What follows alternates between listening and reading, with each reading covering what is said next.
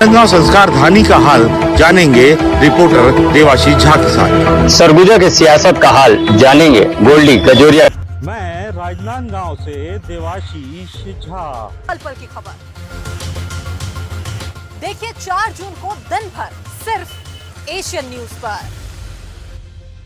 छत्तीसगढ़ के राजनांदगांव लोकसभा सीट के नतीजे भी आ गए हैं। बीजेपी के संतोष पांडे ने कांग्रेस प्रत्याशी भूपेश बघेल को 44,635 वोटों से हराया है। हमारे संवाददाता ने संतोष पांडे से खास बातचीत की है। देखिए उन्होंने क्या कुछ कहा।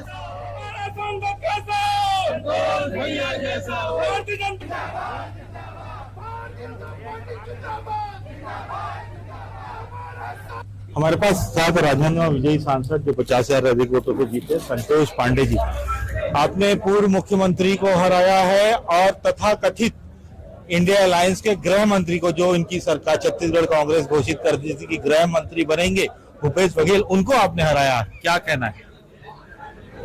तो वास्तव में ये राजनांदगांव की धरती व्यक्ति अच्छे से पहचानती है। जब वे मुख्यमंत्री थे भूपेश जी, तो एक मुखिया को जैसा व्यवहार करना चाहिए, मुझे ऐसा लगता है कि राजनांदगांव के साथ सौतेला व्यवहार हुआ। और राजनांदगांव की जनता जैसे ही टिकट मिली तो बड़ी प्रसन्नता हुई कि अब इनको जो है अब आया ऊंट पहाड़ के नीचे। तो इस प्रकार से फिर वही वोट में तब्दील हुआ, उसी का ही परिणाम है।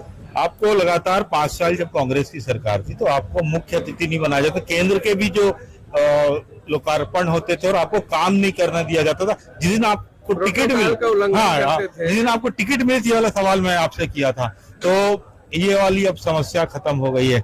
कैसा लग रहा है? वास्तव में हमारी सरकार है जी, अच्छा लगना स्वाभाविक है जी। हम अब डबल इंजन की सरकार है जी। प्रदेश में सभी जगह कार्यक्रम भी होंगे, काम भी अच्छे होंगे और प्रोटोकॉल का पालन भी करवाएंगे। राजनांदगांव की जनता को आप क्या कहना चाहेंगे? राजनांदगांव की जनता को मैं प्रणाम करता हूँ, नमन करता हूँ। यहाँ की देवतुल्य जनता जिन्होंने मुझे दोबारा अवसर दिया और बड़े विश्वास के साथ, मैं उनके लिए ये कहूँ कि मैं ऋणी हूँ, तो ये अतिशयोक्ति नहीं होगा और सब प्रकार से उनका ही आशीर्वाद। 5 साल कई अपराध हुए ऐसा आरोप है, अब क्या कार्यवाही होगी? तो नहीं होगी, शासन अपना काम करेगा, उसमें किसी प्रकार की बात करने के लिए बहुत बहुत धन्यवाद। बहुत ये थे हमारे साथ संतोष पांडे जी, जो अभी सांसद बने 50,000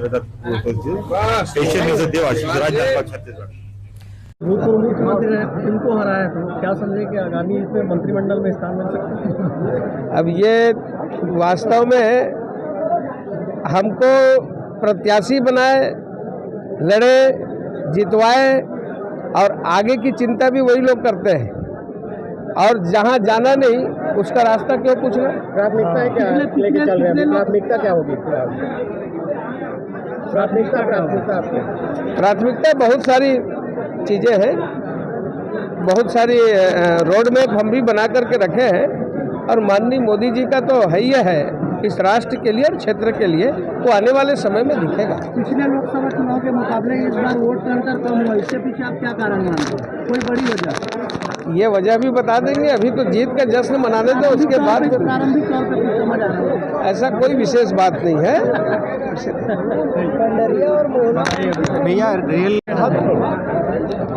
इस ऐतिहासिक जीत के लिए मैं राजनांदगांव के मतदाताओं को नमन करता हूं, प्रणाम करता हूं और हमारे देवतुल्य कार्यकर्ता जो सब प्रकार से अपने परिश्रम की पराकाष्ठा किए, हमारे जितने भी राष्ट्रीय, प्रदेश और जिला का जो नेतृत्व है, उनका आशीर्वाद और स्नेह रहा, उन्होंने कैंपेनिंग किया, मैं उन सब का आभारी हूँ। राजनांदगांव विधानसभा से ऐतिहासिक आपको लीड मिली, उसके लिए क्या कहना चाहेंगे?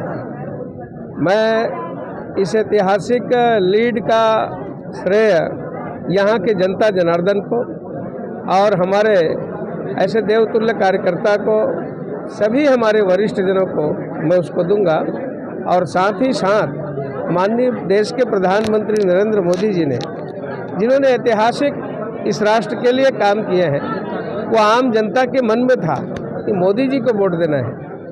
यह वास्तव में मोदी जी का ही करिश्मा है। पिछले बार जो आपने यहाँ पे मानव मंदिर हमारे साथ राजनांदगांव के विजयी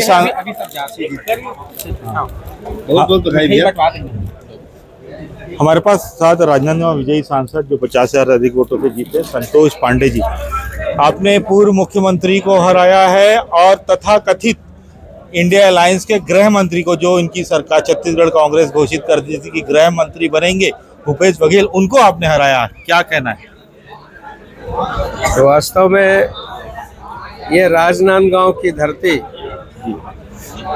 व्यक्ति अच्छे से पहचानती है। जब वे मुख्यमंत्री थे भूपेश जी, तो एक मुखिया को जैसा व्यवहार करना चाहिए, मुझे ऐसा लगता है कि राजनांदगांव के साथ सौतेला व्यवहार हुआ।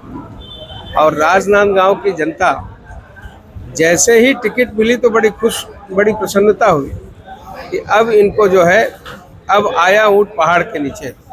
तो इस प्रकार से फिर वही वोट में तब्दील हुआ, उसी का ही परिणाम है। आपको लगातार 5 साल जब कांग्रेस की सरकार थी तो आपको मुख्य अतिथि नहीं बनाया जाता, केंद्र के भी जो लोकार्पण होते थे और आपको काम नहीं करना दिया जाता था। जिस दिन आपको टिकट मिली, जिस दिन आपको टिकट मिली थी, वाला सवाल मैं आपसे किया था, तो ये वाली अब समस्या खत्म हो गई है, कैसा लग रहा है? वास्तव में हमारी सरकार है जी, अच्छा लगना स्वाभाविक है जी। हम अब डबल इंजन की सरकार है जी। प्रदेश में सभी जगह कार्यक्रम भी होंगे, काम भी अच्छे होंगे और प्रोटोकॉल का पालन भी करवाएंगे। राजनांदगांव की जनता को आप क्या कहना चाहेंगे? राजनांदगांव की जनता को मैं प्रणाम करता हूँ, नमन करता हूँ।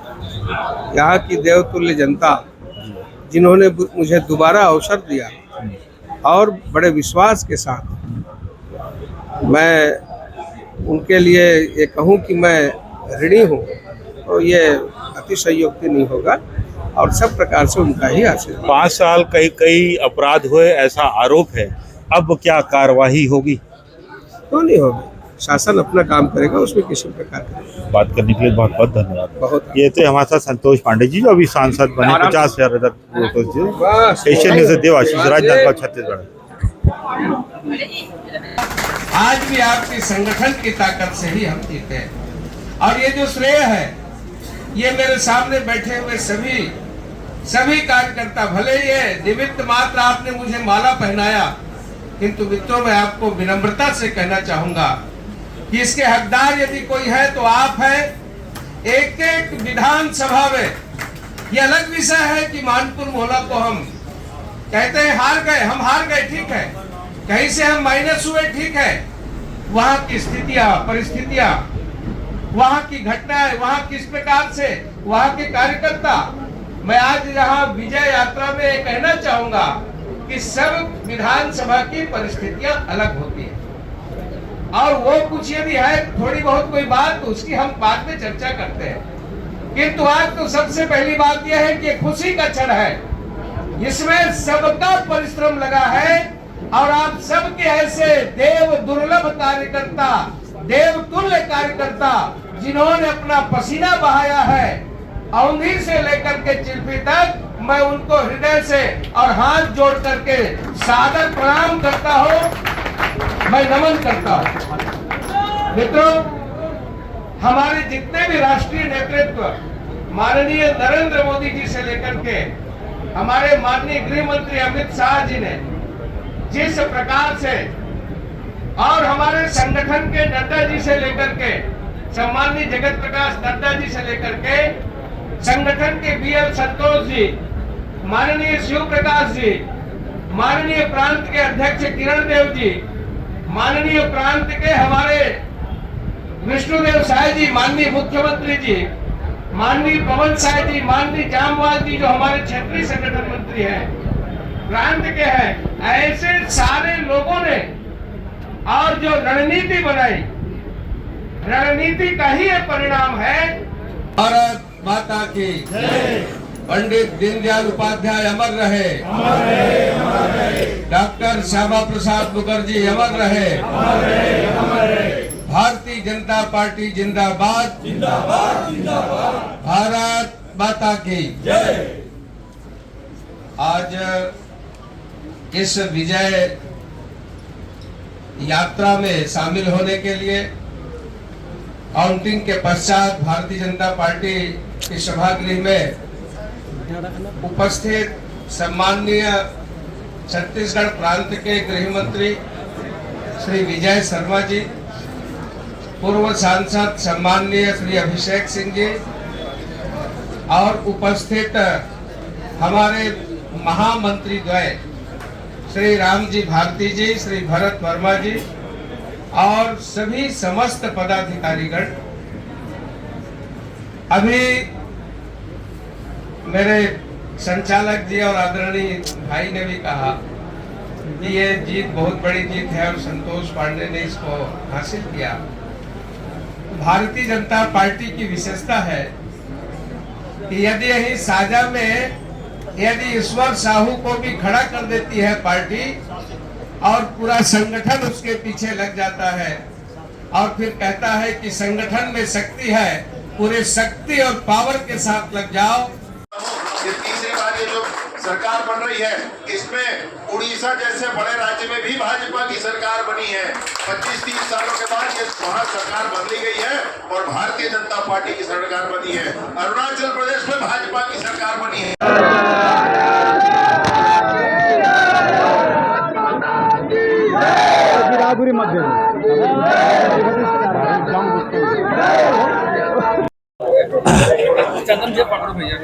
अरे एक बार ये उठाओ उठाओ उठाओ। संतोष जिंदाबाद, संतोष भैया, हमारा संगत कैसा, संतोष भैया जैसा, हमारा संगत कैसा, संतोष भैया जैसा। भारतीय जनता पार्टी जिंदाबाद, जिंदाबाद, जिंदाबाद, पांडे जिंदाबाद, जिंदाबाद, जिंदाबाद। वरुण को तो रात को फोन करता हूँ, बताता हूँ, इसमें बोलना बेकार है।